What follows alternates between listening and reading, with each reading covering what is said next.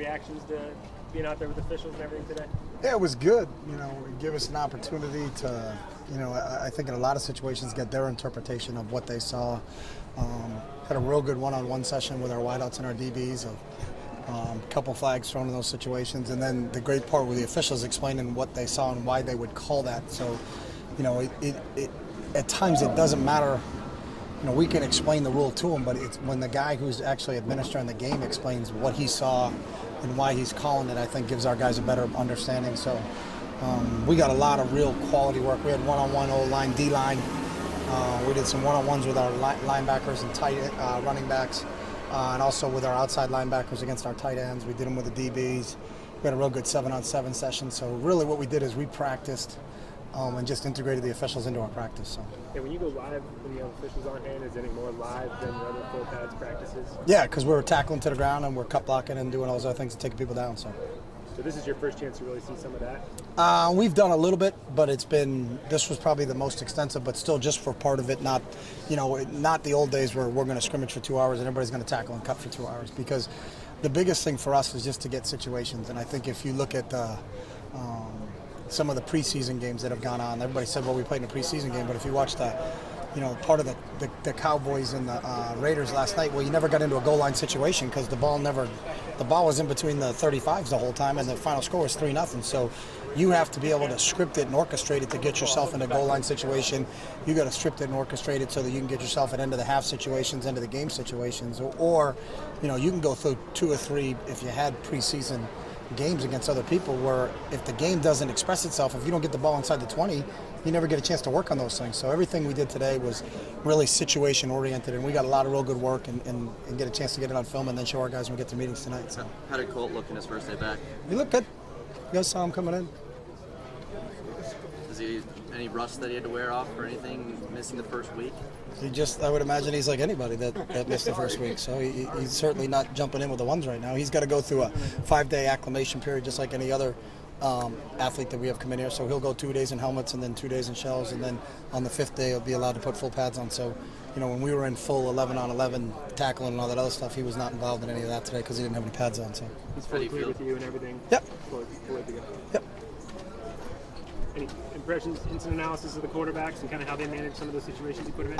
Back and forth. I had to look at the film because there were so many scenarios. We went from 2nd and long to red zone to coming out to you got one play at the end of the first half. So we probably got about 15 different situations in, and then it's a chance to look at them. And there's some real good things. But I think for us the biggest thing is we got some things we can teach now after showing them on film. We had a couple kids today where their helmet came off. So they're out. That's a new rule in college football, and then you can't play the next snap. So we got to, kind of talk to those guys. How was their helmet fitted? What was their chin strap like in those situations? Because if it doesn't come off and the officials don't see it purposely taken off by your opponent, then you got to go sit for that play. So, we got some, and again, that's a situation where we've addressed and we talked about the new rule changes with our guys, but until you get a chance to implement them, it's really an understanding. So, your helmet comes off on a 2nd down, there's a critical 3rd down in the game, and all of a sudden you lose your starting quarterback because his helmet got taken off. That's a big deal. So is there a level of readiness for the guys on the bench that have to change because of that? There better be, and that was one of the things about putting us in that situation today is, hey, he's out. Next running back's in the game.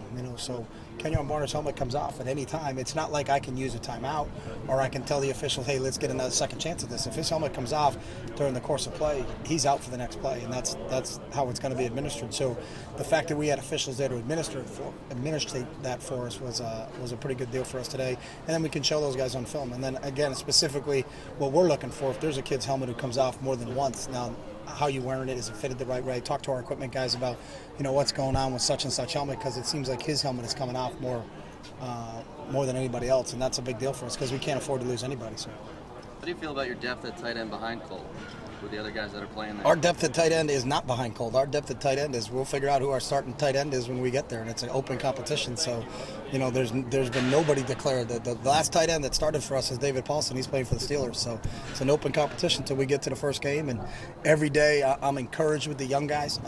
I think Farrell Brown and TJ Daniel specifically are doing a nice job, but we'll see. And I think the biggest thing whenever you have young players is a consistency standpoint. So, some game may have a great practice and then all of a sudden for 2 days they disappear and then they show back up again. So what we're trying to figure out, especially at that position, is really what our depth is, and it's nowhere close to being set right now. So Is that still your biggest concern?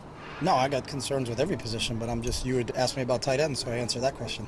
Well, I meant in terms of David Paulson, you said that he'd be the hardest guy to replace for this team. I said he could be the hardest guy to replace. So we'll see as we get going. We got more than 2 weeks here until we get to the first game and see how that expresses. Well, I think all the kids at that position have the talent to play, but the biggest thing they lack is experience, and we got to see how we can get that crammed in a short amount of time. Just because there's not a proven guy at that position, like in other positions, you lost Michael James, who's the all-time leading rusher here, but you got a guy in Kenyon Barner that has shown that he could have an opportunity to play. You had a guy in DeAnthony Thomas that's shown he's got an opportunity to play. Really, behind David, there's not a whole lot of depth from an experience standpoint, so that's why it would be a question mark for us. You mentioned, I think just the other day you said there were some spots where you kind of knew where your number one guy was, and you had to figure out where. Yeah, like we know, we'll probably open up on day one with Deion Jordan. I think we'll tab him as a starter. How many of those guys are there?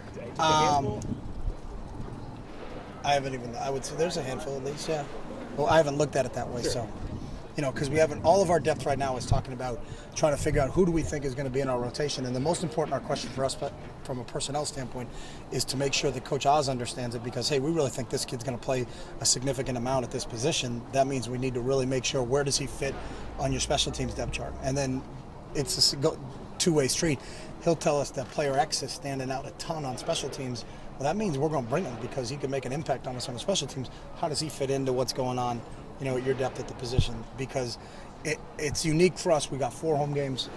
We don't have to deal with the 70-man travel roster till we go till we play our first away game against Washington State. But we're still that's in the back of our mind in terms of how we're going to separate this thing. And really the biggest question is just what about the freshmen? Because are you going to redshirt them or not redshirt them? And our goal is to win right away. So, we're not saving anybody. We're not building for the future. The future's right now. But we're also not going to play a guy for 3 snaps in a game, and at the end of the year, and you look at his participation, and he played 50 snaps for a season and lost a whole year of eligibility. If we're going to play somebody, we're going to play somebody. So when it went to 70, it seemed like more the rise of specialists. You're more inclined to take like a kickoff specialist or 2 long snappers. Would you take a specialist just on coverage? Yeah, and we've done that before. We took a couple kids. Caleb Tomasini is a great thing. He never really he was a scout squad defensive back, but he was a real standout for us on the special team standpoint. So you find a spot for him. In the NFL, there's guys that are just. Larry Izzo was a special teams demon.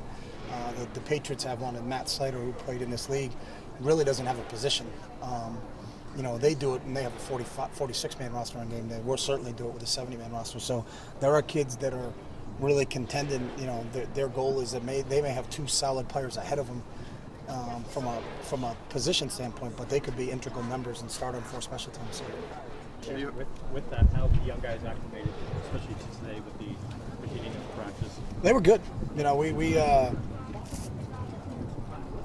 I've been real pleased, really pleased with our young guys right now and how they've stepped right in. And the biggest thing that we want our young guys to do is to understand about and for all of our players, we talked about enjoying the process, understanding, it's not about the end result. If you're always worried about the end results, then you're going to miss something along the way. It's about, having that mindset going out to practice that I got to have a purpose today and I got to get better at something today. And I think those guys really understand that better than any young group I've had. And that's the one thing I like about this whole team is they really enjoy practice and they get better when, from day 1 to day 2 to, so it's a real fun group to coach. So.